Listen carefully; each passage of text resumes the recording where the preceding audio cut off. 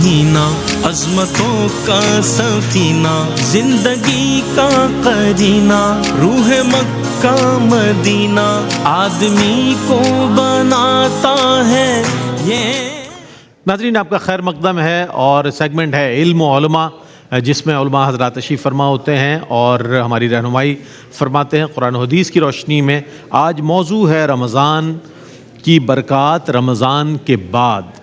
یہ بہت اہم موضوع ہے جس پر ہمیں اس وقت سوچنا بھی چاہیے، چونکہ آگے لیلۃ الجائزہ بھی آنی ہے اور اس میں ظاہر ہے وہ شب ہے کہ اس کے بعد پھر ہم اپنی دیگر مصروفیات میں ظاہر ہے شوال میں داخل ہو جائیں گے آگے۔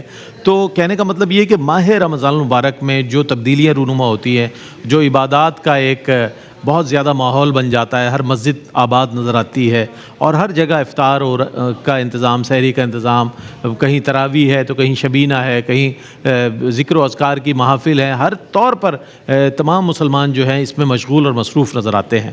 رمضان کی برکات رمضان کے بعد بھی ہمارے لیے اسی انداز میں ہے، تو کیا ہم اس کو حاصل کس طرح کر سکتے ہیں؟ یا پھر یہ کہ صرف نظر کر کے آگے نکل جائیں، دنیاوی مصروفیات میں مصروف ہو جائیں اور اس کے بعد پھر ہمیں یہ بالکل احساس نہ ہو کہ جناب وہی اذان ہے جو فجر میں ہو رہی تھی اور مساجد بھری ہوئی تھی، اور اب وہی اذان ہے کہ جس میں صرف 2 صفیں جو ہیں مسجد میں نظر آ رہی ہیں، پھر وہی تراویح کا وقت ہے کہ جب لوگ باقاعدہ باجماعت نماز عشاء بھی ادا کرتے تھے اور تراویح بھی ادا کرتے تھے، لیکن اب جب اذان ہو رہی ہے تو عشاء میں اتنے افراد نظر نہیں آ رہے۔ یہ ساری چیزیں جو ہے نا اور بے شمار برکتیں اس کی جو ہیں اس کے حوالے سے ہم بات کریں گے، ماہ رمضان کی برکات ماہ رمضان کے بعد۔ یہ آج ہمارا موضوع ہے۔ ممتاز و معروف عالم دین علامہ مفتی محمد اکمل مدنی صاحب تشریف فرمائے۔ السلام علیکم ورحمۃ اللہ۔ وعلیکم السلام ورحمۃ اللہ۔ اور آپ کے ساتھ تشریف فرمائے ممتاز و معروف عالم دین علامہ لیاقت حسین اظہری صاحب۔ السلام علیکم ورحمۃ اللہ وبرکاتہ۔ وعلیکم السلام ورحمۃ اللہ وبرکاتہ۔ ماشاء اللہ۔ اور آپ کے ساتھ تشریف رکھتے ہیں مفتی خرم اقبال رحمانی صاحب۔ السلام علیکم ورحمۃ اللہ۔ وعلیکم السلام ورحمۃ اللہ وبرکاتہ۔ اور ماشاء اللہ ہمارے چاروں شناخہ ثقلین رشید، دانیال شیخ، علی شبیر، علی حیدر چوہان موجود ہیں۔ السلام علیکم ورحمۃ اللہ وبرکاتہ۔ اب بہت مختصر گھڑیاں کیا کہیں، اب یعنی کہ یہ سمجھ لیجیے کہ رخصت ہو رہا ہے ہم سے رمضان، بلکہ رخصت ہو چکا ہے، تو اب یہاں پر ہمیں انالائز کرنا چاہیے، اپنا محاسبہ بھی کرنا چاہیے اور ان چیزوں کو دیکھنا چاہیے۔ اللہ نے جو ہماری سراؤنڈنگ میں برکات اس وقت نظر آ رہی ہیں کہ اللہ کرے کہ وہ بقیہ 11 مہینے میں بھی باقی رہیں، ہم ان کو حاصل کر سکیں۔ اچھا، ماہ رمضان ہمیں کیا کچھ یعنی کہ عطا کیا ہے اس ماہ مبارک نے، اس پر کچھ ارشاد فرمائیے گا۔ اعوذ باللہ من الشیطان الرجیم، بسم اللہ الرحمن الرحیم۔ جی، رمضان جب تشریف لاتا ہے تو احادیث آپ نے دیکھی کہ برکات لے کر آتا ہے، رحمتیں ساتھ لے کر آتا ہے، نوافل کا ثواب فرائض کے برابر اور ایک فرض کا ثواب 70 فرائض کے برابر لے کر آتا ہے۔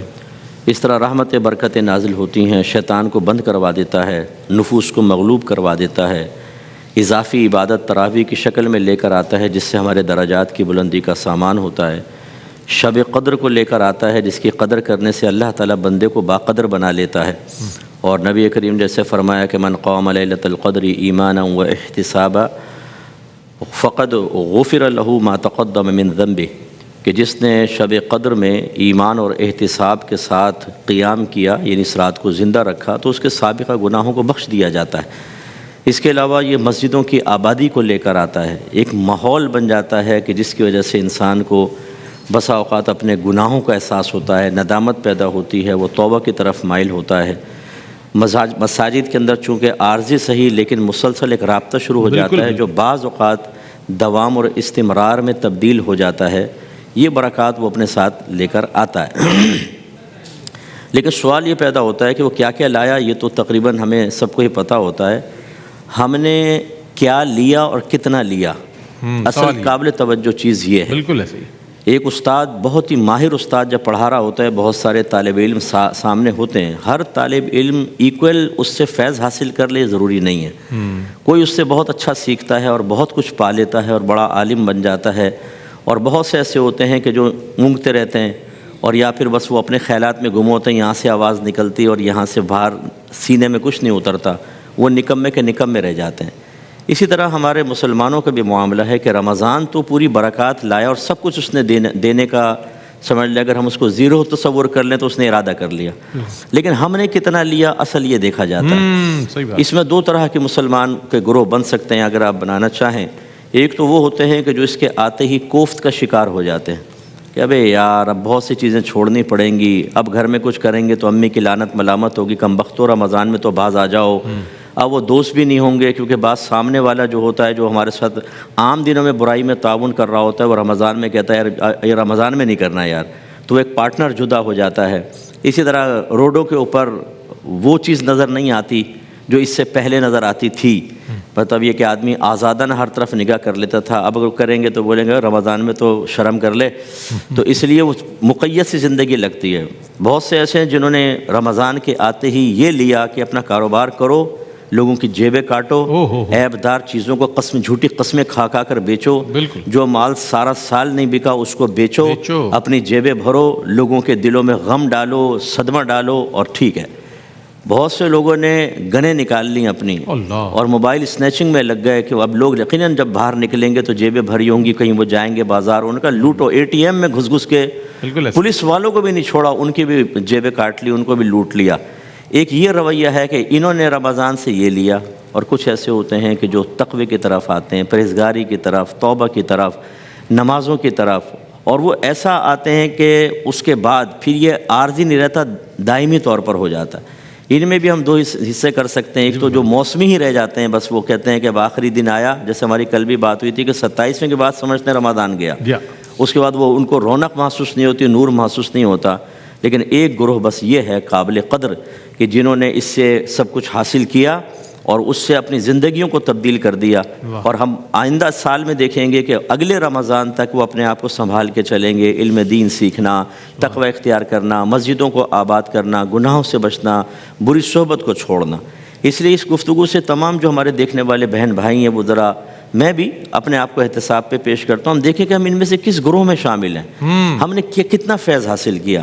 اگر رمضان کے بعد وہی غیبتیں، وہی چغلیاں، وہی لیگ پولنگ، وہی ہماری بہنوں نے گھر میں ہنگامے کرنے ہیں، اور وہی ہم نے باہر رشوتیں لینی ہیں، دیگر معاملات کرنے ہیں، تو اس کا مطلب ہے ہم نے رمضان کو قابل قدر نگاہوں سے نہیں دیکھا، بس رسمی طور پر کچھ ہم نے چیزیں اختیار کی اور پھر بے برکتی کا شکار ہو گئے۔ اللہ تعالی ہمیں ان مسلمانوں کے گروہ میں شامل کر دے کہ جس نے کم حق و فیض حاصل کیا اور اس فیض کو پورے سال اپنے اوپر طاری کرتے رہے، اور اس کی برکات سے اللہ تعالیٰ کے مقرب بندے بننے کی کوشش کرتے رہے۔ کیا کہنا۔ اچھا، ایک سوال یہ بھی پیدا ہوتا ہے کہ کیا رمضان المبارک کی برکتیں جو ہے سارا سال جو ہے اثر انداز ہو سکتی ہیں؟ علامہ لیاقت حسین اظہری صاحب، میں چاہتا ہوں اس پر کچھ آپ کلام فرمائیں تاکہ اور کھلے یہ موضوع کہ آیا کس طرح اس کی برکتیں ہم اپنے پر محسوس کر سکتے ہیں خود پر۔ جی بسم اللہ الرحمن الرحیم، وَلِتُكْمِلُوا الْعِدَّةَ وَلِتُكَبِّرُوا اللَّهَ عَلَى مَا هَدَاكُمْ وَلَعَلَّكُمْ تَشْكُرُونَ۔ رمضان المبارک اپنی رحمتیں، برکتیں، بخششیں، مغفرتیں لے کر آیا، اور اب آخری گھڑیاں ہیں، آخری دن ہیں، لیکن رب تبارک و تعالیٰ نے یہی فرمایا کہ اس کی جو تعداد ہے گنتی کی اس کو پورا کرو، اور اس بات پر اللہ تبارک و تعالیٰ کا شکر ادا کرو کہ اللہ نے تمہیں ہدایت عطا فرمائی، اور رب تبارک و تعالیٰ نے تمہیں رمضان المبارک عطا فرمایا، اور رمضان المبارک سے کما حق کو تم نے برکتیں حاصل کی، اور وہ جو مقصد عظیم قرآن نے کہا کہ لعلکم تتقون، تاکہ تمہارے اندر تقوی آ جائے۔ دیکھیں، روزہ بھی مختلف لوگوں نے اپنے تئیں رکھا، جیسے مفتی صاحب نے بہت خوبصورت جامع معنی گفتگو فرمائی، ہر شخص نے اپنے اپنے طور پر رمضان منایا اور رمضان گزارا۔ اب جیسا اس نے رمضان گزارا ہوگا ویسے ہی برکات وہ آگے لے کر چلے گا۔ ایک شخص ہے، اس نے رمضان کو بس آیا اور اس نے کہا کہ ٹھیک ہے یار روزہ صبح سے شام تک رکھنا ہے، باقی وہی دھندے چلتے رہے، کالے پیلے نیلے سب معاملات وہی چلتے رہے۔ تو اللہ کے نبی صلی اللہ علیہ وسلم نے فرمایا کہ اس نے کھانا پینا چھوڑ دیا تو کیا ہوا؟ جھوٹ نہیں چھوڑا، جھوٹی گواہی نہیں چھوڑی، جھوٹے دندے نہیں چھوڑے، تو وہ رمضان کے بعد کیا اس کو کیری آن کرے گا، ساتھ کیا لے کر چلے گا؟ لیکن ایک جو ہے وہ بندہ ہے کہ جس نے رمضان المبارک کو کما حق کو گزارا، رمضان کی برکتیں، رمضان کی رحمتیں، اور رمضان کے اندر اپنے آپ کو تبدیل کیا، تو اب آگے چل کے رمضان المبارک کے بعد اس کی زندگی پر اثرات پڑیں گے۔ اچھا، وہ اثرات جو ہیں جو اس کی زندگی پر پڑنے ہیں اس کے حوالے سے ہم آپ سے بات کریں گے، ایک مختصر سا وقفہ ہے، وقفے کے بعد لوٹتے ہیں۔ علامہ لیاقت حسین اظہری صاحب ماشاءاللہ اس پر خوبصورت کلام فرمائیں گے، آپ ہمارے ساتھ رہیے گا۔ جی ناظرین، آپ کا خیر مقدم ہے علم و علماء میں. آج موضوع ہے رمضان کی برکات رمضان کے بعد. قبلہ علامہ لیاقت حسین اظہری صاحب بہت ہی خوبصورت کلام فرما رہے تھے کہ آیا اس کے جو اثرات ہیں ماہ رمضان المبارک کے، وہ کیا پورا سال بھی ہم اس کو محسوس کر سکتے ہیں؟ علامہ صاحب فرمائیے.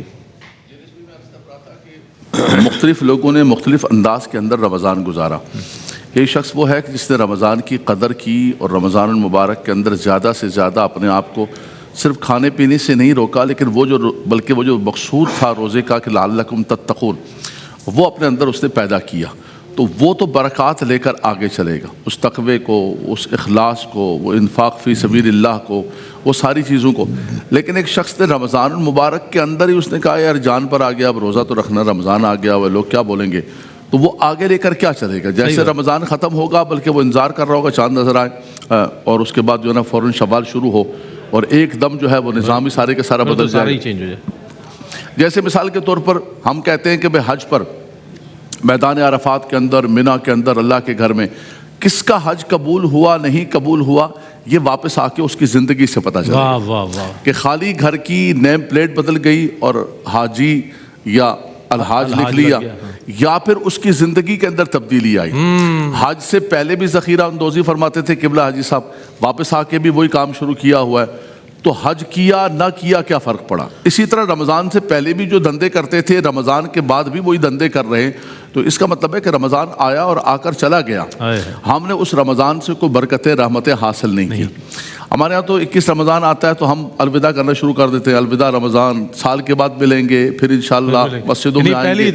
نماز پہلے ہی 10 دن پہلے 10 دن پہلے ہی ہم اس کو، تو وہ کہ مفتی صاحب فرماتے ہوتے ہیں کہ رمضان کو الوداع نہ کرو، رمضان کو کیری آن کرو. اس کی جو برکتیں رحمتیں ہیں ان کو تم ساتھ دے کے چلو. تم تو ابھی یعنی پہلے ہم کہہ رہے ہوتے ہیں کہ 11 مہینے کے بعد تو آئے گا، پھر ہم مسجدیں آئیں گے اور پھر دوبارہ ہم قرآن پڑھیں گے اور پھر ہم روزے رکھیں گے. اس لیے جو ہے رمضان تو الوداع ہے. تو الوداع ہم نے نہیں کرنا ہے، بلکہ ہم نے اپنے اندر دیکھیں ایک روزہ وہ ہے جو صبح سے شام تک آپ نے رکھا ہے. ایک بڑا روزہ زندگی کا روزہ ہے جس کے ایک بندہ مومن جب مکلف بنتا ہے تو مکلف بننے کے ساتھ ساتھ ہر گھڑی ہر سانس اس کو پتہ ہے کہ مجھے اللہ کی بارگاہ کے اندر جواب دینا ہے. جیسے رمضان کے اندر سب چیزیں موجود ہیں، وہ کھاتا نہیں ہے. بھائی کیوں نہیں کھا رہے؟ بولا میرے رب کا حکم ہے، میں روزے سے ہوں. تو یہ زندگی خود ہمارا روزہ ہے. ایک CCTV کیمرہ ہے، وہ ہمیں قانون کی پابندی کی وجہ سے روکتا ہے. ایک رب تبارک و تعالیٰ کا نظام ہے، بے شک بے شک. وہ ایک سیٹلائٹ دیکھ رہی ہے، زمین بھی گواہ ہے، انسان کے اعضاء بھی گواہ ہیں، کرامن کاتبین بھی ہیں. بندہ اگر اس چیز کو محسوس کرے کہ رمضان سے میں باہر نہیں ہوا ہوں، بلکہ یہ رمضان ایک ریہرسل تھا، ایک تربیتی پروگرام تھا، اس کو میں نے آگے لے کر چلنا ہے، تو میں سمجھتا ہوں کہ اس کی زندگی کے اندر حقیقی تبدیلی آئے گی. گویا کہ اس نے اللہ کے نبی صلی اللہ علیہ وسلم نے جو فرمایا، جس نے رمضان کو پایا اور اپنی مغفرت کا سامان کر لیا، فرمایا وہ کامیاب ہو گیا، ورنہ رغم انف رجل. اس کا مطلب ہے کہ واقعتاً اس کا رمضان قبول ہو گیا ہے اور اس کی زندگی کے اندر تبدیلی آ گئی. کیا بات ہے، کیا اچھی مثال دی آپ نے حج کی، کہ اگر حج کے بعد زندگی تبدیل نہیں ہوئی تو پھر اس کا مطلب ہے حج میں ہم نے وہ تمام کوششیں نہیں کی.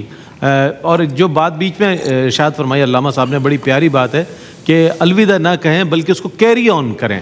کل میں نے قبلہ مفتی محمد اکمل مدنی صاحب سے، کل جمعۃ المبارک تھا، تو کل میں نے اجازت لینی چاہی کہ میں نے کہا حضرت الوداع پڑھنا ہے، سلام پڑھنا ہے، تو حضرت نے مختصر جواب دیا کہ سلام پڑھ لیں.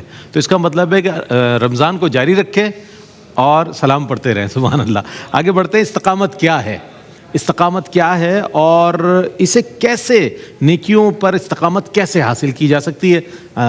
مفتی خرم اقبال رحمانی صاحب. بسم اللہ الرحمن الرحیم والصلاة والسلام علی رسول الکریم، اما بعد. استقامت عموماً ایک ایسا عمل جس پہ دوام اختیار کیا جا سکے اور مستقل مزاجی کے ساتھ اس کو جاری و ساری رکھا جا سکے.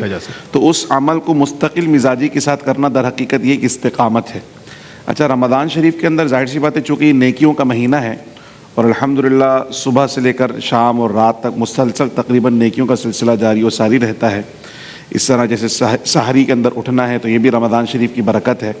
عام دنوں میں تہجد نہیں پڑھ سکتے مگر رمضان شریف میں جو ہے وہ تہجد پڑھنے کا بھی موقع میسر آ گیا. تو یہ جو رمضان شریف کے اندر جو خاص طور پہ عبادات ہیں، اگر اس پر ہم استقامت کو لے رہے ہیں تو اس میں پہلی چیز تو یہی ہے کہ اگر ان تمام تر عبادات کو اخلاص کے ساتھ کیا جائے تو اس کی کیفیت انسان کے ظاہر کے ساتھ ساتھ باطن پر بھی طاری ہوتی ہے. وہ ایک حلاوت اسے نصیب ہوتی ہے, ایک کیفیت اسے نصیب ہوتی ہے, اور وہ جو عبادت کی مٹھاس اور ایمان کی مٹھاس اسے نصیب ہوتی ہے, وہ اس کو مزید اس کام کو جاری رکھنے پر ابھارتی ہے. یہ کام بہت اچھا ہے, اس سے مجھے طمانینت نصیب ہوئی, اطمینان نصیب ہوا, روحانیت نصیب ہوئی, تو مجھے اس کام کو جاری و ساری رکھنا چاہیے.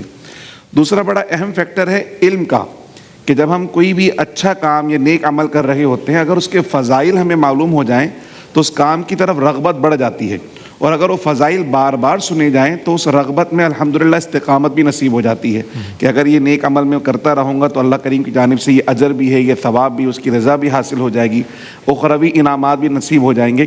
تو انشاءاللہ یہ نیک عمل پر جو اس کے فضائل و برکات جب بار بار پڑھے اور سنے جائیں گے تو اس پر بھی استقامت نصیب ہو جاتی ہے. تیسرا بڑا اہم فیکٹر ہے نیک صحبت, یعنی وہ افراد اللہ کے محبوب بندے جو نیکیوں پر مسلسل عمل درآمد کرتے رہتے ہیں اور پوری زندگی ان کی نیکی کے اندر گزرتی ہے. ایسے نیکوں کی صحبت جب اختیار کی جاتی ہے تو پھر نیکی پر استقامت اختیار کرنا اور آسان ہو جاتا ہے. جیسے رب کریم نے قرآن مجید میں ارشاد فرمایا, یا ایھا الذین آمنوا اتقوا اللہ وکونوا مع الصادقین, اے ایمان والو تقوی اختیار کرو اور سچوں کے ساتھ ہو جاؤ. اسی طرح فرمایا وارکعوا مع الراکعین, رکوع کرنے والوں کے ساتھ رکوع کرو. تو یہ جو گیدرنگ ہے نا نیک صحبت, یہ نیک صحبت بھی آپ کو نیکی کی طرف لے کر آتی ہے اور نیکی اختیار کرنا آپ کے لیے آسان ہو جاتا ہے. ایک اور فیکٹر ہے استقامت میں جو ایک رکاوٹ بنتی, بری صحبت. یہ جو بری صحبت ہے یہ آپ کو نیکی سے بھی روکتی ہے اور نیک کام پر استقامت سے بھی روکتی ہے. جب آپ کسی نیکی کا ارادہ کرتے ہیں اور ایسے لوگوں کی صحبت اختیار کریں جن کی سرشت میں نیکی ہے ہی نہیں, یا جن کی طبیعت اور مزاج میں نیکی نہیں ہے, تو آپ کو نیکی کی طرف جانے سے روکیں گے. آپ کو ابھارے ارے چھوڑ یار, یہ بعد میں کر لیں گے, یہ کام بعد میں کر لیں گے, بعد میں دیکھا جا سکتا ہے, یا ابھی چھوڑو اس کو بعد میں اس سے کیا ہوگا کہ وہ خود بخود نیکی کی طرف جو آپ کا جذبہ تھا وہ ماند پڑنا شروع ہو جائے گا. تو نیک صحبت اختیار کرنا جتنا ضروری ہے اتنا ہی ضروری بری صحبت سے اجتناب کرنا بھی ہے. اور پھر آخری اور اہم چیز یہ ہے اس کے اندر کہ رب کریم سے دعا مانگے, بار بار دعا مانگے کہ رب کریم جب تو نے نیکی کی توفیق عطا فرمائی تو اس پر استقامت بھی مجھے عطا فرما. جیسے قرآن مجید میں اللہ پاک نے فرمایا کہ ربنا لا تزغ قلوبنا بعد اذ ہدیتنا وہب لنا من لدنک رحمہ انک انت الوہاب, کہ پروردگار جب تو نے ہدایت نصیب فرما دی تو اس کے بعد ہمارے دلوں کو ٹیڑھا نہ کر.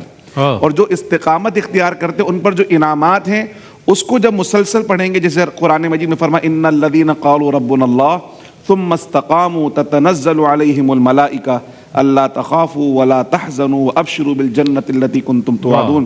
بے شک وہ جو کہیں کہ اللہ ہمارا رب ہے, پھر اس پر استقامت اختیار کریں تو فرشتے ان کے پاس آتے ہیں, خوشخبریاں سناتے ہیں, جنت کی خوشخبری ہے, رب کی رضا کی خوشخبری ہے.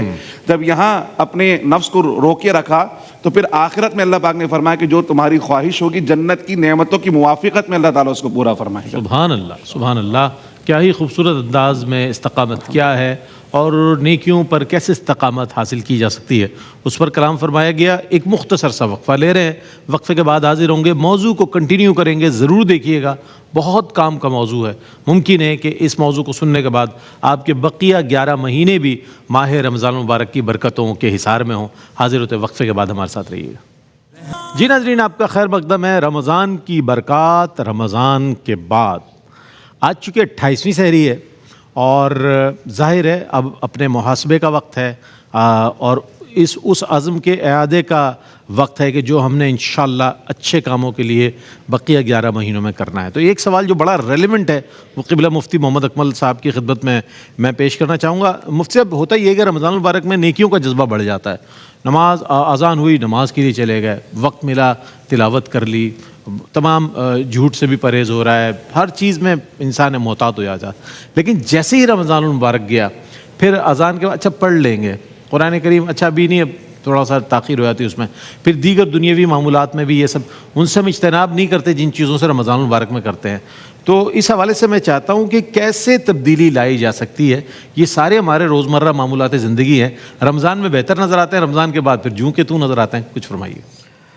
جی دیکھیں, ہم جو ہے نا اصل میں دنیا اور آخرت کو الگ الگ زاویہ نظر سے دیکھتے ہیں. جی, اگر ایک آدمی نے UK جانا ہے, US سے جانا ہے, UAE جانا ہے, تو وہ پہلے سے پلان کرے گا مجھے وہاں کس کس چیز کی ضرورت ہوگی. بالکل بالکل. میں نے کس طریقے سے اس پاکستانی آزادی کو وہاں پر تنگی اور قید میں بدلنا ہے.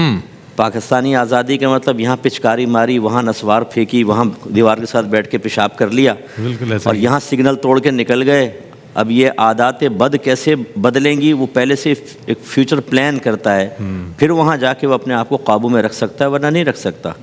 اسی طریقے سے اگر کوئی نئی جاب وہ کوئی آفس وغیرہ جوائن کرتا ہے تو کتنا محتاط جاتا ہے، اگر کہیں پر ہاسپٹل وغیرہ جائے گا یا ایئرپورٹ پر جائے گا تو وہ سب وہاں کے رولز اینڈ ریگولیشنز کو فالو کرتا ہے۔ تو اس کا مطلب یہ ہے کہ انسانی طبیعت کے اندر اللہ نے رکھا ہے کہ وہ پابندی برداشت کر سکتا ہے اور وہ پہلے سے فیوچر پلان کر سکتا ہے، لیکن ہماری تمام چیزیں کیا ہے، دنیا کے لیے ہیں، آخرت کے بارے میں بھی غور نہیں کرتے۔ جیسے بعض والدین ہیں، پیرنٹس ہیں، میں اللہ ان کو درازی عمر بالخیر عطا فرمائے، اپنے بچوں بلکہ بچوں کے بچوں کی بھی خوشیاں دیکھنے نصیب فرمائے۔ وہ کہتے ہیں ہم اپنے بچوں کے فیوچر کے لیے ورک کر رہے ہیں، ان کا تاکہ فیوچر برائٹ ہو جائے۔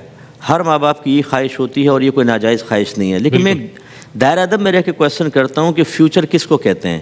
کیا بچے کی 60-70 سالہ زندگی کو آپ فیوچر سمجھتے ہیں؟ فیوچر میں ہی موت بھی ہے، فیوچر میں ہی قبر بھی ہے، فیوچر میں ہی میدان محشر بھی ہے، اور فیوچر میں ہی جنت یا دوزخ کا فیصلہ ہونا ہے۔ تو ہماری سوچ 60-70 سال تک محدود کیوں ہو گئی؟ ہمارا فیوچر اتنا سا ہے، اور آپ نے جو بتایا اس کا تو جی ہاں، تو کیا وہ بچے کا وہ فیوچر نہیں ہے؟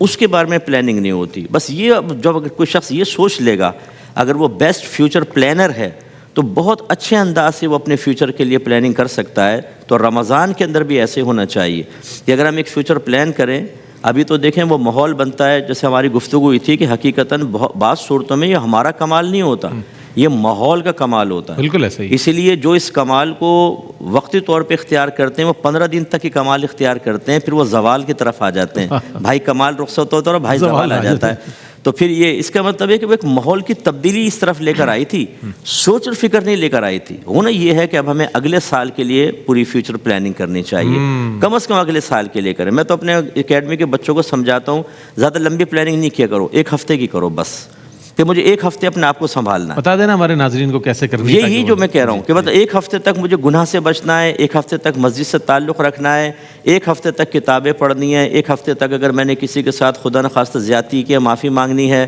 اور اگر خدا نخواستہ گناہ ہو جائے بتقاضۂ بشریت فوراً توبہ کرنی ہے۔ صرف 1 ہفتے کی پلاننگ، اس سے کیا فائدہ ہوتا ہے؟ نفس کی ایک فطرت ہے، آپ کہیں گے تجھے ہمیشہ کے لیے ایسا کرنا ہے کہ نہ بابا میں نہیں کر سکتا، وہ آپ کو وسوسے ڈالنا شروع کر دے گا۔ 1 ہفتے کا کہیں، حالانکہ اس کو پتہ ہے یہ مجھے چکر دے رہا ہے، لیکن یہ بھی چکر میں آ جاتا ہے بعض اوقات، یار 1 ہفتے کی تو بات ہے، بس 1 ہفتہ پورا ہو، پھر اگلے ہفتے کی پلاننگ یوں، اور جب اس میں پختہ ہو جائیں تو پھر آگے۔ اب دیکھیں ماشاءاللہ سب یہ علماء تشریف فرمائیں، میری بات کی بالکل یہ تائید کریں گے۔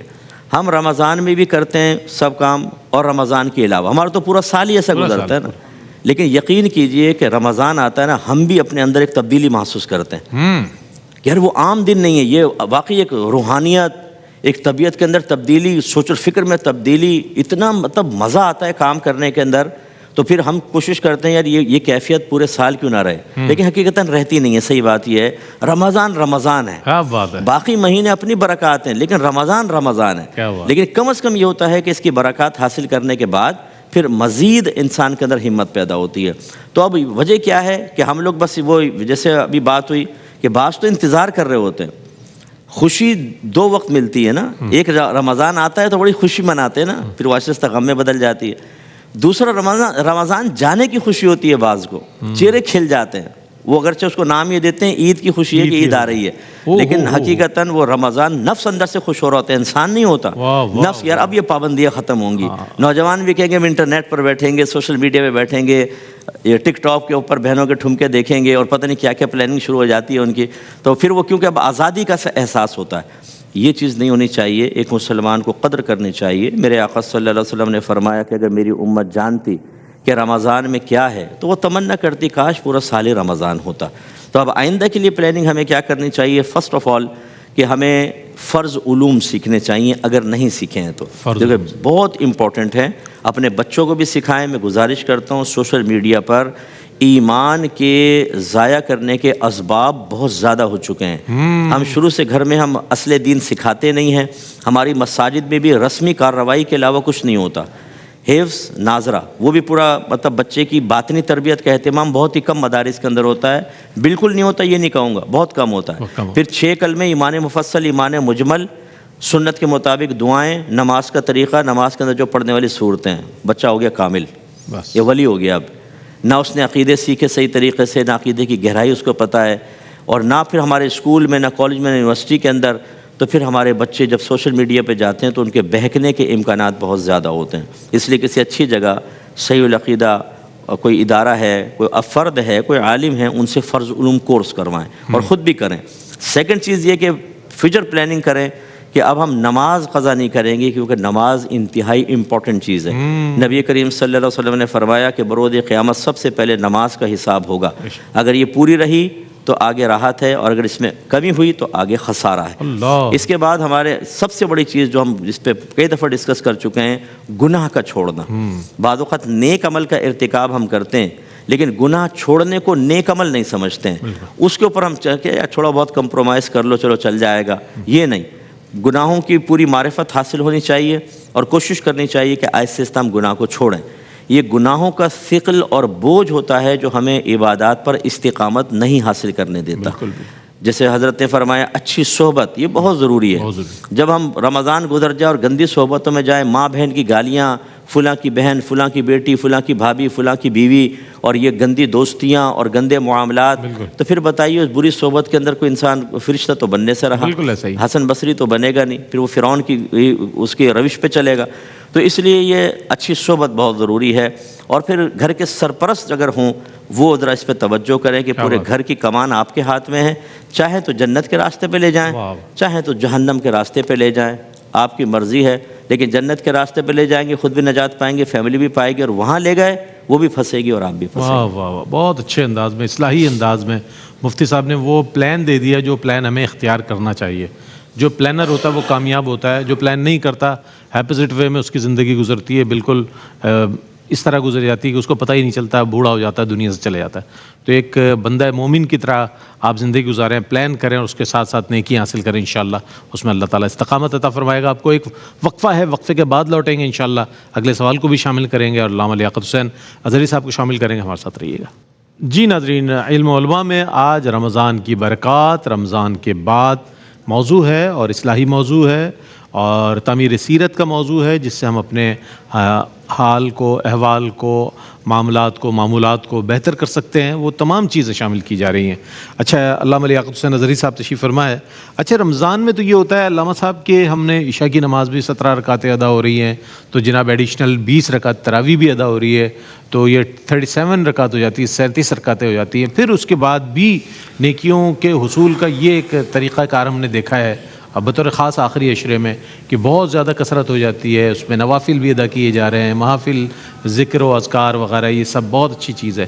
لیکن ہوتا یہ ہے کہ جب رمضان گزر جاتا ہے تو پھر وہ عشاء کی 4 رکعت نماز فرض جو ہے اور واجب وطر جو ہے وہ ہمارے لیے مشکل ہو جاتی ہے. یہ تساہل آ جاتا ہے طبیعت میں. تو یہ تساہل کیوں آ جاتا ہے؟ اور میں چاہتا ہوں اس پر کچھ کلام فرمائیے گا کہ ایسا کیوں ہے کہ عبادت ہمیں بھاری لگنے لگتی ہے رمضان کے بعد. دیکھیں، جیسے کہ علماء کرام نے گفتگو کی کہ رمضان تو بہرحال رمضان ہے. بالکل.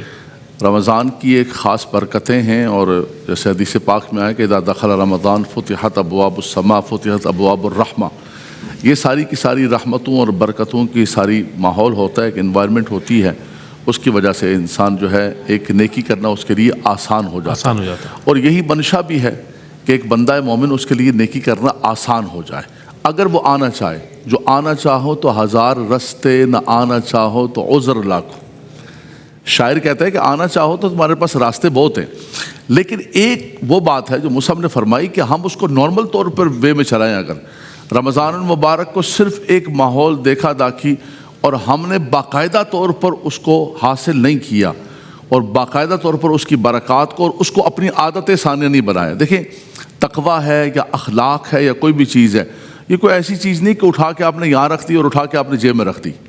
یہ انسان کے اندر ایک ماحول بنتا ہے اور انسان کی عادت ثانیہ بن جاتی ہے، اس کا مزاج بن جاتا ہے. بالکل ایسے ہی. اس کے بغیر انسان رہ نہیں سکتا ہے. اسی طرح اگر آپ نے تو رمضان المبارک میں صحیح کیا ہوگا تو یہ تو رمضان کے بعد آپ کے ساتھ چلے گا.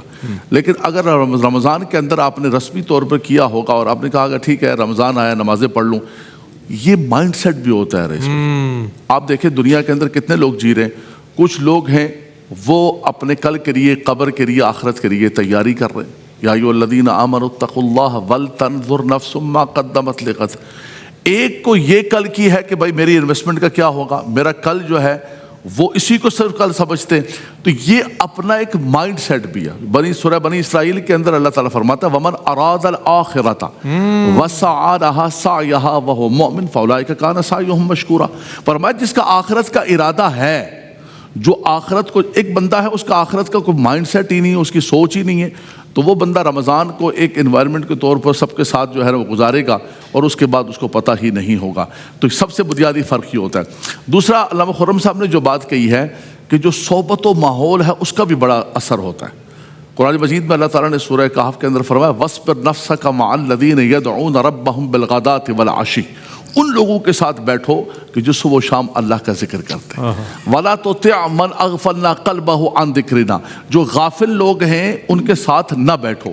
غافلین کے ساتھ بیٹھ کر تم غافل ہو جاؤ گے, تم جواریوں کے ساتھ, چرسیوں کے ساتھ بیٹھ کر ان جیسے ہو جاؤ گے. اور نہیں میں پیتا نہیں ہوں, دوست ہیں میرے, میں تھوڑا نا کھلا ڈلا آدمی ہوں, ہر طرح کے میری گیدرین کے اندر, اچھا اس کو بھی بڑا پراؤڈ کرتے ہیں کہ میری گیدرین کے اندر نا ہر طرح کے لوگ ہیں, پی رہے ہوتے ہیں, کھا رہے ہوتے ہیں, لیکن میں نہیں پیتا ہوں. یہ غلط بات ہے. ایک تو حضور نے منع فرمایا اتقوا مواضع التہمہ, آپ کسی جوئے کی جگہ پر بیٹھے ہوئے ہیں, کسی اور اڈے پر بیٹھے ہوئے, اور وہیں پر آپ کی موت آ جائے, ماں باپ کو کیا شکل دکھائیں گے, آپ کی لاش کہاں سے دکھ رہی ہے.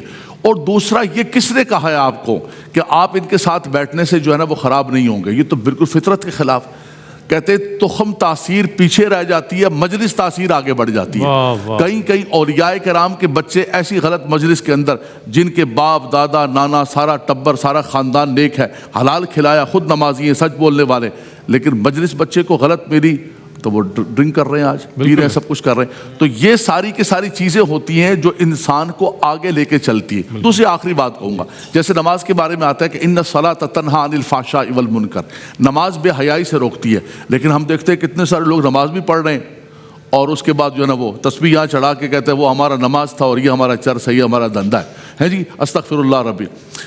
تو یہ اس کا مطلب ہے کہ نماز کو آپ نے بطور عبادت کے, کہ وہ نماز جو ہماری شخصیت کو تبدیل کرے, تعمیر شخصیت ہو, وہ حج کے وَتَزَوَّدُوا فَإِنَّ خَيْرَ الزَّادِ التَّقْوَىٰ, وہ رمضان کے لَعَلَّكُمْ تَتَّقُونَ, وہ لیا ہی نہیں ہم نے عبادت کو بس ایک وقتی طور پر لیا اور ختم کر دیا. وہ ہماری زندگی کو کبھی بھی تبدیل نہیں کر سکتا ہے رئیس میاں. 100 رمضان ہماری زندگی کے اندر آ جائیں گے, کچھ بھی نہیں ہوگا. ہر رمضان آئے گا, ختم ہوگا, اس کے بعد وہ شروع کر دیں گے سارے کے ساتھ. علماء حق بیان کرتے ہیں اور ظاہر ہے وہ اس منصب پر ہیں کہ وہ معاشرے کی اصلاح کے لیے, اصلاح معاشرہ کے لیے سچ بات بیان کرتے ہیں. اب یہ ہم پر ڈپینڈ کرتا ہے کہ ہم اس کو کس طرح لیتے ہیں اور اپنی اصلاح کے لیے کتنے کوشاں ہیں. تو الحمدللہ اللہ کا شکر ہے کہ ہمیں بہت صاحبان علم علماء حضرات میسر ہیں. میں آگے بڑھتا ہوں. رمضان المبارک کی عبادات اچھی طرح کرنے کے بعد انسان کے اخلاق اور احوال پر کیا تبدیلی مرتب ہوتی ہے, اور اگر وہ ہوتی ہے تو اس کے کیا عکس ہوتا ہے, میں چاہتا ہوں اس پر کچھ فرمائیے. بہت خوبصورت سوال ہے. اور ہم جب اسلام کا فلسفہ عبادت دیکھتے ہیں نا, تو اس میں ہمیں نظر آتا ہے کہ اسلام نے عبادت کو محض ایک رسم کے طور پر انٹروڈیوس نہیں کروایا کہ یہ رسم ہے اس کو ادا کر لو, بلکہ اس عبادت کے ظاہری اور باطنی اثرات کو اللہ سبحانہ و تعالیٰ نے قرآن مجید کے اندر بیان فرمایا ہے. رسول کریم صلی اللہ علیہ وسلم نے اپنی احادیث کے اندر اس کو بیان فرمایا ہے. اور حقیقت یہ ہے کہ جب عبادات کو اس کی روح کے ساتھ ادا کیا جاتا ہے تو اس کے اثرات شخصیت پر بھی ظاہر ہوتے ہیں, انفرادی کیفیت کے اندر بھی ظاہر ہوتے ہیں, پوری سوسائٹی کو وہ متاثر کر رہے ہوتے ہیں. وہ ایک اچھا امپیکٹ پوری سوسائٹی کے اوپر پڑتا ہے. جیسے علامہ صاحب نے وہ آیت مبارکہ پڑھی, روزے کے حوالے سے ہم پورا ماہ رمضان شریف یہ الحمدللہ تلاوت کرتے رہے اور سنتے رہے کہ اللہ پاک نے روزے کیوں فرض کیے. تو اس کا مقصد بیان فرمایا لعلکم تتقون, یعنی اس کے جو باطنی اثرات ہیں, جو تربیت ہے اس روزے سے ہمیں حاصل ہونے والی, وہ یہ کہ ہمیں تقویٰ کا جو مادہ ہے ہمارے اندر وہ پیدا ہو جائے گا. اور اس کی کیفیت بڑی خوبصورت علماء بیان فرما رہے ہیں کہ بھئی روزے کی حالت میں ہم کیا کرتے ہیں کہ حلال چیزیں ہمارے سامنے رکھی ہیں لیکن ہم اس سے بھی اجتناب کر رہے ہوتے ہیں. کیوں؟ چونکہ رب کا حکم ہے کہ صبح صادق سے لے کر غروب آفتاب تک ہم نے ان چیزوں کو استعمال نہیں کرنا ہے. تو یہی در حقیقت وہ وصف ہے جو ہمارے اندر پیدا ہونا چاہیے کہ جب رب عز و جل کے حکم پر ہم نے صبح سے لے کے شام تک ان حلال چیزوں سے اجتناب کیا ہے, تو اس کے بعد اسی کے حکم پر ہم حرام چیزوں سے بھی اجتناب کریں گے, حرام چیز کو بھی اپنی زندگی سے دور کر دیں گے. تو یہ کیفیت ہماری زندگی میں جب پیدا ہو جائے گی تو انشاءاللہ حلال سے جس طرح ہم نے روزے کی حالت میں اجتناب کی تو حرام سے اجتناب کی عادت پڑ جائے گی. یہی کیفیت انسان کی شخصیت اس وقت سر انداز ہوگی جیسے نماز کے بارے میں فرمایا کہ ان الصلاۃ تنہی عن الفحشاء والمنکر، کہ نماز بے حیائی اور برے کاموں سے روکتی ہے. تو جب نماز اپنی روح کے ساتھ ادا کی جائے گی، اقامت صلاۃ کی کیفیت میں ادا کی جائے گی، اور اس کیفیت میں کہ ہم رب کی بارگاہ میں حاضر ہیں، تو جب میں مصلی پر کھڑا ہوں تو رب اسی وقت مجھے نہیں دیکھ رہا. ان تعبد اللہ کأنک تراہ فإن لم تکن تراہ فإنہ یراک. ایسی عبادت کرو کہ تم اس کو دیکھ رہے ہو، نہیں تو کم سے کم یہ کیفیت ہو کہ وہ تمہیں دیکھ رہا ہے. تو صرف مصلی پر نہیں دیکھ رہا، وہ تو مجھے ہر جگہ دیکھ رہا ہے. میں دکان پر ہوں، مکان پر ہوں، آفس میں ہوں، خلوت میں ہوں، جلوت میں ہوں، دوستوں کے ساتھ ہوں، ہر جگہ مجھے وہ دیکھ رہا ہے. تو یہی وہ کیفیت اگر پیدا ہو جاتی ہے تو پھر بندہ تنہائی کے اندر بھی برائی سے رکتا ہے اور جلوت اور دوستوں کی سنگت کے اندر بھی برائی سے رکنا شروع کر دیتا ہے. پھر ایک بڑی عبادت جو رمضان شریف کے ساتھ منسلک ہے، تلاوت قرآن. قرآن مجید فرقان حمید کی تلاوت کا ذوق رمضان شریف میں بڑھ جاتا ہے. اللہ سبحانہ و تعالیٰ نے قرآن میں فرمایا کہ اللہ نزل احسن الحدیث کتابا متشابہا مثانی تقشعر منہ جلود الذین یخشون ربہم. یہ جو قرآن مجید فرقان حمید ہے، یہ اللہ سبحانہ و تعالیٰ نے نازل فرمایا. جب اس کی تلاوت کی جاتی تو فرمایا مومنین کے دل جو ہیں وہ ان کی کیفیت تبدیل ہونا شروع ہو جاتی ہے، ایک کپ کپی طاری ہونا شروع ہو جاتی ہے. پھر فرمایا ثم تلین جلودہم وقلوبہم الی ذکر اللہ. اس تلاوت کی برکت یہ ہوتی ہے کہ دل نرم ہونا شروع ہو جاتے ہیں. یعنی وہ جو گناہوں کی نحوست کی وجہ سے عبادت سے دوری ہوتی ہے، بے رغبتی ہوتی ہے، تو تلاوت قرآن کی برکت یہ ظاہر ہوتی ہے کہ دل نرم ہونا شروع ہو جاتے ہیں، اللہ کے ذکر کی طرف آنا شروع ہو جاتے ہیں، عبادت کی طرف آنا شروع ہو جاتے ہیں. ایک جگہ ارشاد فرمایا وَإِذَا تُلِيَتْ عَلَيْهِمْ آيَاتُهُ زَادَتْهُمْ إِيمَانًا وَعَلَىٰ رَبِّهِمْ يَتَوَكَّلُونَ. جب قرآن مجید فرقان حمید کی آیات کی تلاوت کی جاتی ہے تو ایمانی کیفیات میں اضافہ ہو جاتا ہے اور رب پر توکل اور زیادہ بڑھ جاتا ہے. تو یہ تین عبادات بالخصوص ماہ رمضان شریف کے اندر ہم دیکھتے ہیں، نماز، روزہ اور یہ تلاوت قرآن مجید فرقان حمید. تو اس کے ظاہری اثرات کے ساتھ ساتھ باطنی اثرات بھی ہوتے ہیں. اگر کما حق ہو کیا جائے تو انشاءاللہ اس کی برکات ساری زندگی ہمیں نصیب ہو سکتی ہیں. کیا فرمائیں گے علماء حضرات تشریف فرمائیں. ماشاءاللہ یہ صاحبان محراب و منبر ہیں، ظاہر ہے یہ لوگ بھی وہ کیفیت دیکھتے ہیں کہ رمضان میں تو جناب جگہ ہی باقی نہیں ہے، سیکنڈ فلور، تھرڈ فلور سب فل اپ ہوا ہے، اور اس کے بعد پھر یہ سلسلہ نظر نہیں آتا. علامہ لیاقت صاحب کیا پیغام دیجیے گا؟ دیکھیں، رمضان المبارک کے اندر انسان کھانا پینا چھوڑتا ہے، تمام چیزوں کو چھوڑتا ہے، تو اس کی جو روحانی طاقت ہے وہ مضبوط ہوتی ہے. اسی روحانی طاقت کو انسان آگے لے کر چلے اور اپنی عملی زندگی کے اندر، پریکٹیکل لائف کے اندر ہر لحظہ، ہر لمحہ یہ انسان دیکھے کہ مجھے رب تبارک و تعالیٰ کی بارگاہ کے اندر کھڑے ہونا. مثال کے طور پہ آپ کسی کو کہتے ہیں ارے دانیال میں کیا بول رہے ہو؟ ارے بٹوا کیا بول رہے ہو؟ بولا میری مرضی ہے علامہ صاحب، میری زبان ہے، میرا منہ ہے، جو مرضی بولوں. بولے بیٹا نہیں ایسے نہیں ہے، نہ زبان میری ہے نہ مرضی میری ہے. ایک مشہور نعرہ ہے نا کہ میرا جسم میری مرضی. کہا کہ نہ جسم تیرا ہے، نہ مرضی تیری ہے، نہ زبان تیری ہے، نہ مرضی تیری ہے. ما یلفظ من قول الا لدیہ رقیب عتید کرامن کاتبین یعلمون ما تفعلون. فرمایا تو ایک سسٹم کے اندر باؤنڈ ہے. الیوم نختم علی افواہہم وتکلمنا ایدیہم وتشہد ارجلہم بما کانوا یکسبون. قیامت کے دن یہی انسان کے اعضاء اللہ کی بارگاہ کے اندر کھڑے ہو کر اس کے خلاف یا اس کے حق میں گواہی دے رہے ہوں گے. جب یہ تصور، یہ کانسیپٹ مضبوط ہو جائے گا رئیس میاں، آپ یقین کریں ہر شب قدر است، گر تو قدر دانی، تیرے لیے ہر رات شب قدر بن جائے گی. میں چاہتا ہوں چند جملے مفتی صاحب کے بھی پیغام کی صورت میں کرا جائیں. جی بس یہ تو ماشاءاللہ سب اگر مجموعہ دیکھا جائے تو یہی ہے کہ اپنے آئندہ زندگی کے لیے اپنی موت کو پیش نظر رکھتے ہوئے پلاننگ کریں. میرے آقا صلی اللہ علیہ وسلم جب کبھی قضاء حاجت سے فارغ ہوتے تو تیمم فرماتے، تو صحابہ عرض کرتے رسول اللہ پانی تو سامنے موجود ہے. آپ فرماتے ہو سکتا ہے کہ میں پانی تک نہ پہنچ پاؤں اور مجھے موت آ جائے. یقیناً میرے آقا تو اللہ کی عطا سے جانتے ہیں، جیسے کہ روایات ہے سرکار نے فرمایا ایک بندے کو اللہ نے اختیار دیا، دنیا اختیار کر لیا، آخرت اس نے آخرت کو اختیار کر لیا. آپ کو تو پتہ تھا یہ تعلیم امت کے لیے تھا. جب ہم موت کو اپنے سے بہت دور تصور کریں گے تو پھر ہمارے اندر تساہل پیدا ہوتا ہے. اچھا کر لوں گا، کل کر لوں گا، پرسوں. پہلا سوال یہ ہے کہ تجھے کل اور پرسوں ملے گا یا نہیں ملے گا. بس یہ ذہن بنائے تو انشاءاللہ اللہ بڑی برکات سے. بہت شکریہ مفتی صاحب، قبلہ علامہ صاحب آپ کی تشریف آوری کا بہت شکریہ. مفتی صاحب کا شکریہ. ناظرین اگلا جو سیگمنٹ ہے وہ ہے اظہار عقیدت کا. انشاءاللہ اس میں آج سکندر لکھنوی رحمۃ اللہ علیہ کو ٹریبیوٹ پیش کریں گے اور حاضر ہوتے وقفے کے بعد ہمارے ساتھ رہیے گا. رحمتوں کا مہینہ، عظمتوں کا سفینہ، زندگی کا قرینہ، روح